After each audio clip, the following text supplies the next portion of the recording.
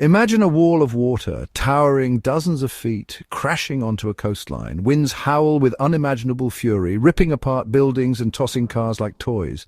Torrential rain falls in sheets, turning streets into raging rivers. This is the raw, untamed power of a hurricane, one of nature's most awe-inspiring and destructive phenomena.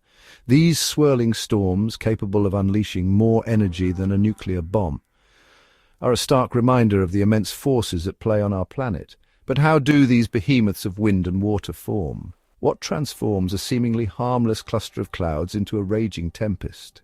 Let's delve into the science behind these powerful storms to understand the forces that drive their formation and impact.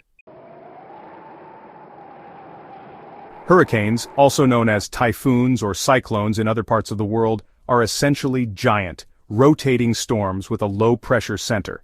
They are characterized by their immense size, with some spanning hundreds of miles in diameter. These storms are born over warm ocean waters near the equator, typically between the latitudes of 5 and 20 degrees.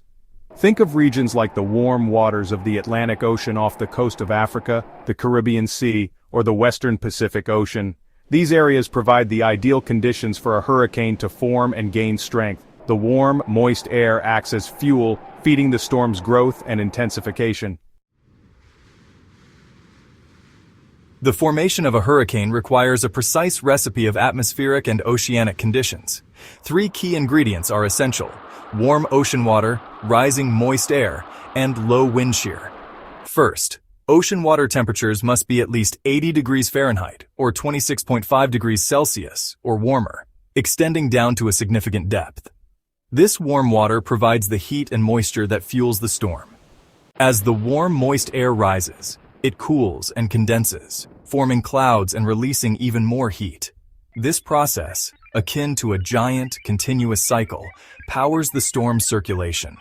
Second, this rising warm air is crucial for the storm's development. As the air rises, it creates an area of low pressure at the surface. This low pressure draws in more air from the surrounding areas, further fueling the storm. The continuous cycle of rising air and low pressure creates the characteristic spinning motion of the hurricane. Lastly, low wind shear. The change in wind speed and direction with height is essential for a hurricane to form and maintain its structure. If wind shear is high, it can disrupt the storm's organization, tearing it apart before it can fully develop. Conversely, low wind shear allows the storm to remain vertically stacked, promoting its growth and intensification.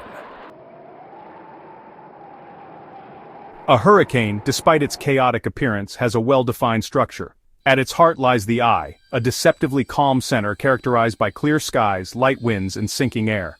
The eye, typically 20 to 40 miles in diameter, is surrounded by the eyewall, a ring of towering thunderstorms where the most intense winds and heaviest rainfall occur.